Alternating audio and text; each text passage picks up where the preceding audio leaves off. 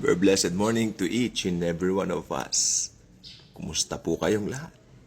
Alam ko sa biyaya ng Panginoong Hesus, kayo po ay nasa mabuting kalagayan.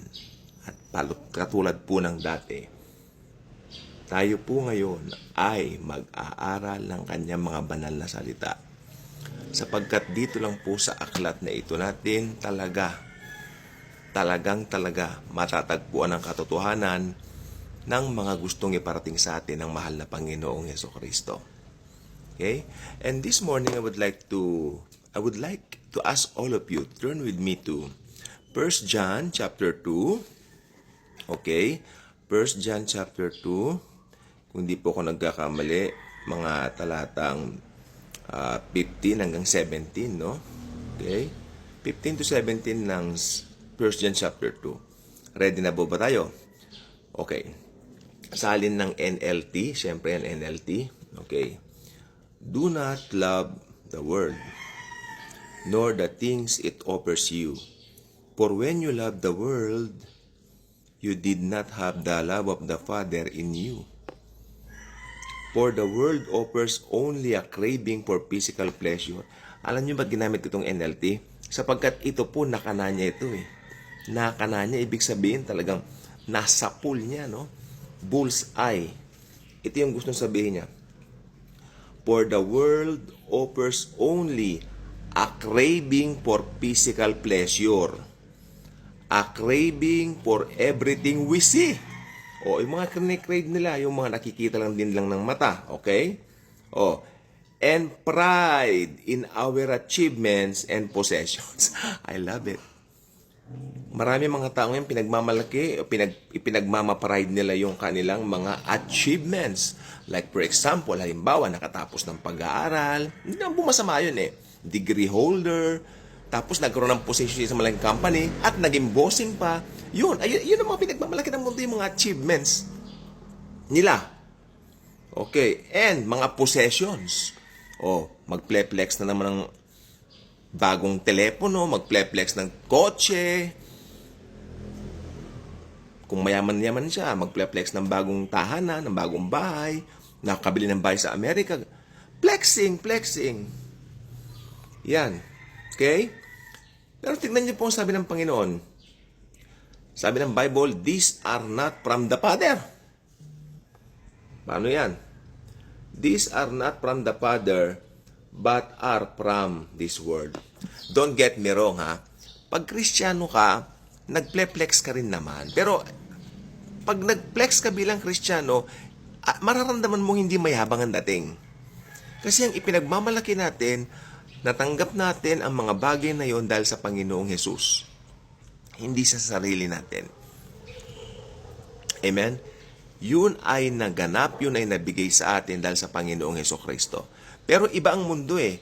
They are flexing those things na as if galing yun sa kanila. Pinaghirapan ko yan.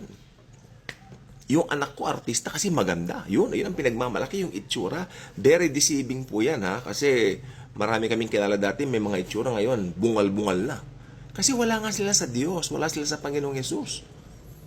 Pag nasa Lord ka, maski may edad ka na, mukha ka pa rin bata. No? Yes. These are not from the Father, but are from this world. Ugali ng mundo yan, Chong. And this world, I love this. And this world is fading, sorry. And this world is fading away along with everything that people crave. Ang ganda ng pagkasalin eh. Kaya binabasa ko nga po, ang ganda nito kako. And this world is fading away along with everything that people crave. Lahat, ha? Along with everything. Pag sinabi mong everything, ano yun? Lahat. Along with everything that people crave. But anyone who does what pleases God will live forever. Ngayon, ito. Ano ba yung nakakapagpa-please sa Diyos? Isa lang po. Tanggapin si Hesukristo bilang Diyos at tagapagligtas natin. Yun lang. Wala nang ibang makakapagpa-please sa Diyos. Kasi pag tinanggap mo si Jesus, balik tayo sa salitang everything. You have everything. Kaya sabi ko, ang ganda nitong NLT Bible na ito. Actually, I just bought this kahapon. Nakita ko ito sa dito sa book sale. Binalikan ko. Kasi ito ang number 1 na study Bible of all time. Itong akin ngayon ay personal size lang. Hindi siya ganun kamahal, no? 1.5 lang po siya. At kasi yung original po nito, pag bibili ka, nakita ko po dito sa yung pinakamahal po nito, naglalaro po sa 12,000 pesos. Kasi yung mga goat skin, mga ganyan, ito hardcover po ito, pero maganda na. Ang ganda nito ka, binalikan ko ka. Parang kumuha ko ng pera para bumalik. Binalikan ko ka. Mabuti sa biyaya ng Panginoon, nandun pa sa book sale. Nakakalungkot na, marami na pong branches ng book sale na nagsara, no? Yung sa Lucena, nagsara na. Yung sa ibang branches sa probinsya, nagsara na. Like sa Tarlac daw. Ewan ko na sa Urdaneta kung meron pa.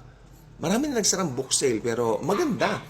Doon kayo makakakuha ng mga Bibles na hindi kayo mahihirapan sa bulsa. Maniwala kayo. O balik po tayo. So dito po, and this world is fading away along with everything that people crave. But anyone who does what pleases God will live forever. Ano ba yung nakakapagpa-please sa Diyos? Isa lang, tanggapin si Jesucristo bilang Diyos na tagapagligtas ng buhay mo. Yun lang. Maniwala ka na namatay siya sa krus, binayaran lahat ng kasalanan natin, past, present, future. Amen? Yun pong importante. Ang ganda ng Bible na to kasi maliit lang po yung titik, pero wala mang problema sa para ko eh. Marami kang mapag-aaralan. Ito okay, gamitin ko na ng opportunity. Okay, Life Application Study Bible. Nakakita po ako dito dahil kay Mami Lot, yung atin pong kapatid sa Lord, no? Sabi niya, may Bible ako dyan. Kanyang gano'n, maganda. Binili ko kanya. Mahal yung pagkabili niya dati. Pasok ka pa yung Asus na ito. Mahal yung pagkabili niya dati noon. At, yun nga. Maganda raw yan, sabi niya. That time, mga 2016 po yata yun. Hindi ako nagkakamali. Mga 2016 yun. At, maganda yan. Yung sa kanya malaki po, mahal ang bili niya. Marami naman pera si Mami. Kapatid po siya sa Lord na parang mami namin. No? Ganda. During that time, hindi ako mahilig sa study Bible kasi bata pa rin tayo noon. So, yun. Ang ganda pala nito ako. First time ko siya nakita, ang ganda. Kaya maganda may study Bible kasi meron po siya mga notes. Okay? So, yun lang gusto ko sabihin po sa inyo. Kwentuhan tayo doon sa mga... Kasi ibang tao kasi, masyado kasi silang... sa mga material na bagay. Hindi masama ang material na bagay. Don't get me wrong, ha? Ako mahilig po talaga ako. Bless ako ni Lord. Pero, pag Kristiyano ka kasi, mas maganda yung na-bless ka, maging blessing ka sa iba. Ganun yun. Pero hindi mo nang bibigay lahat ng pera mo. Siyempre, kailangan mo rin ng datong. Di ba? Ng pera mo. Ano ka ba? Hindi naman tayo plastic. Kailangan din natin ng pera. Yan. Bili kayo study Bible. Tapos, yung mga bagay ng makadiyos, ang bilhin nyo. Kasi, malaking pakinabang, no? Excited. I'm so excited na bagong kaalaman, maganda. Kaya nagtataka nga ako, alam kong number 1 study Bible, ESV. Pero ang pinaka-popular pala, ito pala siya. NLT, kasi may mga Life Application Bible din na NIV, gano'n. Pero ang pinakamabiling Life Application Bible, ang sinasabi nila, study Bible, yung kulay green. Kanila. Pag sinabi mong kulay green, ito na siya si NLT. Life Application Study Bible. Ayan. So, very beautiful Bible po siya talaga. No? At yes, panahon na po, no? Para madagdagan naman ang kaalaman natin sa Lord. Huwag tayong papayag na parang ganun-ganun lang kaalaman natin.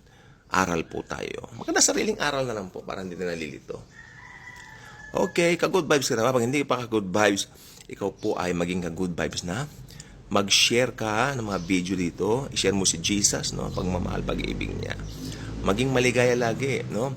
Always trust Jesus in everything and in every way. Tandaan mo, in every manner, sorpresahin ka niya sa magagandang bagay na kanyang gagawin. Don't forget this, mabili po kayo ito, Life Application Bible. Ito po, nirelease po ito, 3rd edition na po siya, 2019, no? So, most probably, marami pa nito sa market, no? Especially PCBS, no?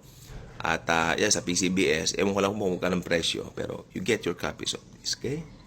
Mabubusog ka na sa espiritu dito. God bless.